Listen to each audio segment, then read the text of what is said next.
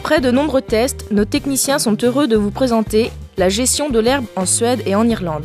Des mois de recherche pour vous présenter le fruit de leur travail. Le test qualité visuelle. Le test gustatif. Le test économique. Les facteurs climatiques sont très importants pour la culture de l'herbe. Ces deux pays doivent faire avec de nombreux atouts, mais aussi des contraintes. Notre stage était situé à l'ouest du pays, dans une région très boisée, à 5 km du plus grand lac d'Europe, le Värmland. Bralanda est une région très agricole. Au nord, la Laponie est remplie de paysages magnifiques, à la population rare. Le centre du pays est une région céréalière. L'est est destiné à l'élevage de bovins laitants. Au sud se trouve une importante part d'exploitation maraîchère.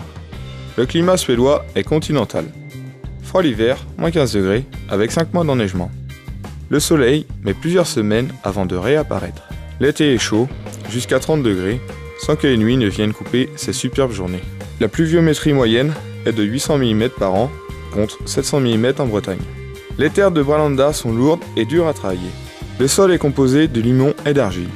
Le maïs n'est pas adapté à ce climat. La mise en place d'un système herbagé est la solution appropriée. Mon stage était situé au sud du pays, près de Cork. Ce pays est très agricole. Le nord est caractérisé par l'élevage de moutons. Il est en retard sur son temps, avec des systèmes manuels.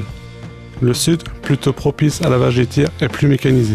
Le climat irlandais est océanique, venteux avec des brouillards bien marqués. Les températures sont douces, 5 à 20 degrés, avec des précipitations importantes, 1500 mm. Les sols irlandais sont composés de limon et de sable avec de la roche en surface. Ce sont des terres lourdes et usantes pour le matériel. L'humidité du climat et le type de sol favorisent la culture de l'herbe dans ce pays.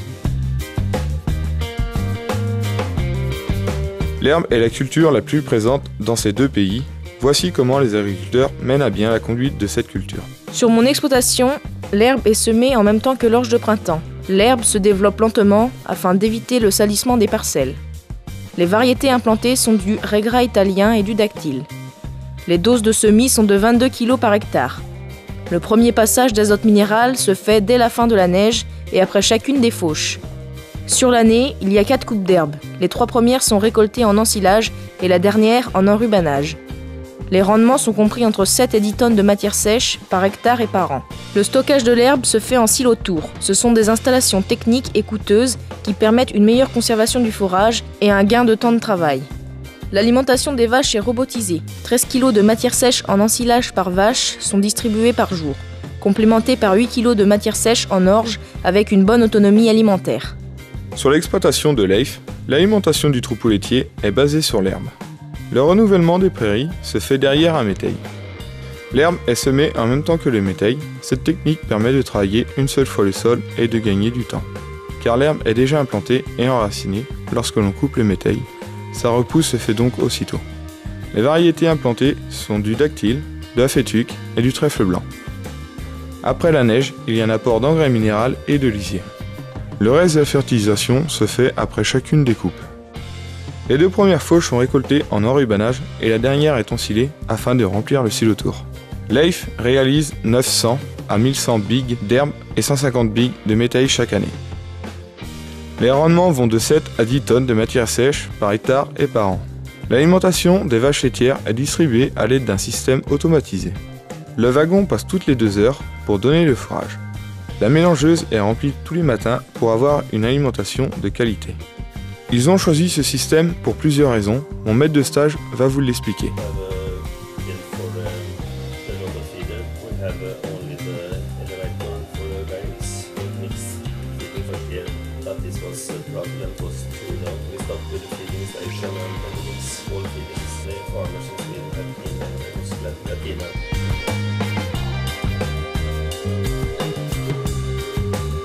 En Irlande, sur mon exploitation, une prairie est cassée pour être réimplantée lorsqu'elle devient salissante et improductive.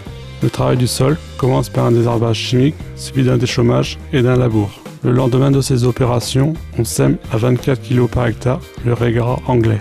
La fertilisation commence à partir du mois de mars. Après chaque passage d'animaux, on effectue un apport d'engrais minéral et on ajoute un engrais soufré. Après la première coupe, les prairies reçoivent du lisier et un engrais riche en phosphore afin d'augmenter la production et le rendement. 12 hectares récoltés en silage sont stockés en silos couloirs. Lorsque la hauteur des paddocks devient trop importante, on récolte l'herbe en enrubanage. Les animaux restent 3 mois en bâtiment avec une ration hivernale. Après le vêlage, les vaches vont au pâturage. Elles reçoivent simplement un complément alimentaire distribué en salle de traite. Pour gérer au mieux l'agriculture, il existe une réglementation différente entre ces deux pays.